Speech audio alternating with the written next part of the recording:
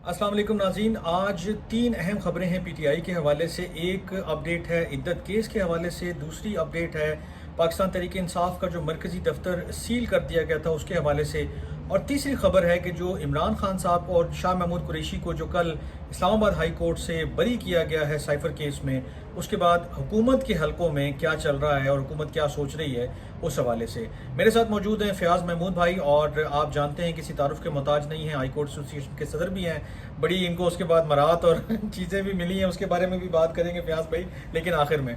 پہلے ہم بات کر لیتے ہیں عدت کیس کی، کیونکہ ابھی اگر دیکھا جائے اوور آل سائفر کیس میں بریت کے بعد خان صاحب جو ہیں وہ صرف شادی کرنے کے جرم میں جیل میں ہیں، ایسے ہی اگر میں غلط نہیں ہوں، اور تو کوئی کیس مجھے یاد نہیں پڑتا، وہ تو باقی 9 مئی اور دوسرے تیسرے ہیں، لیکن اس وقت جو ان کے اوپر الزام ہے شادی کرنے کا الزام ہے کہ انہوں نے صحیح طریقے سے شادی نہیں کی ہے۔ تو اس میں فیاض بھائی کیا معاملہ ابھی آج آپ کے پاس کچھ اپڈیٹس ہیں کہ عدت کیس میں کوئی نئی ڈیولپمنٹ ہوئی ہے، وہ کیا دیکھیں کیس اس ہے؟ میں دو تین چیزیں چل رہی تھیں گزشتہ سماعت پہ۔ آپ کو پتا ہے کہ جج شاہ رخ اجمل صاحب نے اسلام آباد ہائی کورٹ کو ایک خط لکھا تھا جس میں انہوں نے کہا تھا کہ کیس کو ٹرانسفر کر دیا جائے، تو پھر اسلام آباد ہائی کورٹ نے کیس ٹرانسفر کرتے ہوئے ایڈیشنل اینڈ سیکشن جج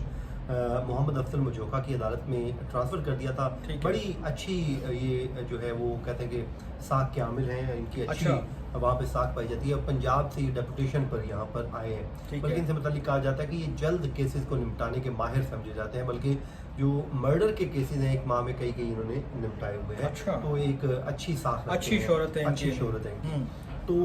کل ان کی عدالت میں بنیادی طور پہ ہوا یہ تھا کہ انہوں نے کیس کال کیا، اور 2 سے 3 بار کیس کال ہوا اور کوئی بھی پیش نہیں ہوا، ظاہر ہے کسی کو معلوم ہی نہیں تھا، اور جب کوئی پیش نہیں ہوا تو انہوں نے پھر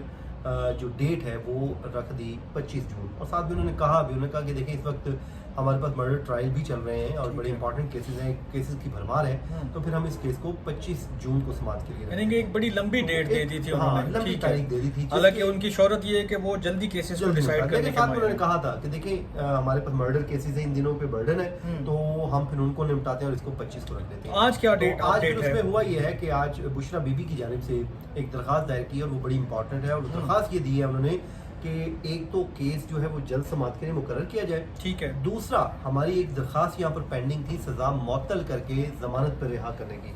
عدت کیس میں، ٹھیک ہے، وہ درخواست بھی انہوں نے پریس کیا اور کہا کہ اس درخواست کو بھی جلد نمٹایا جائے، اور اب عدالت نے 7 جون کی تاریخ مقرر کر دی ہے۔ 7 جون کو اس پہ آرگومنٹس مانگ لیے ہیں کہ ایک تو جلد سماعت کی درخواست کو کیسے الاؤ کیا جا سکتا ہے، اور دوسرا جو انہوں نے سزا معطلی کا کہہ دیا ہے، اور ساتھ یہ بھی کہا ہے کہ آپ عید سے قبل اس کو نمٹائیں۔ تو بظاہر اب یہ لگ رہا ہے کہ پاکستان تحریک انصاف یہ جا رہی ہے کہ بشرا بی بی کی، کیونکہ اب انہیں معلوم ہو چکا ہے کہ عدت میں نکاح کیس اب فوری طور پہ تو یہ حل نہیں ہوگا ایک آدھ دن میں، اس پہ پہلے بھی کو 2-2.5 ماہ لگ گئے تھے، تو 3 فروری کو کیونکہ فیصلہ آیا تو اس کے بعد سے آج تک آپ دیکھیں آن ورڈ چل رہا ہے۔ انہوں نے کہا کہ اس پہ ٹائم لگ سکتا ہے، بہتر ہے مرکزی اپیل کو ڈیسائیڈ کروانے سے پہلے سزا معطلی کی درخواست کو، اور اس میں حیران کن طور پہ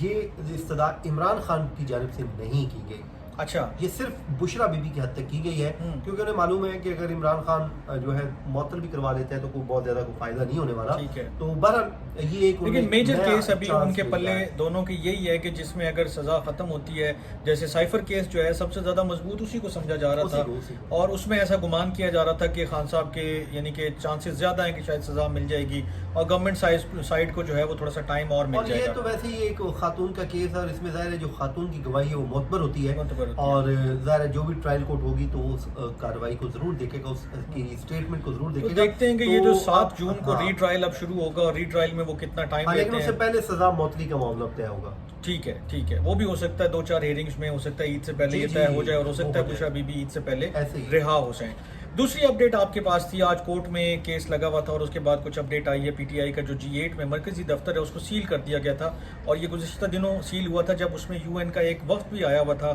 اور پی ٹی آئی کے لوگ بھی موجود تھے، اور وہاں پر پولیس نے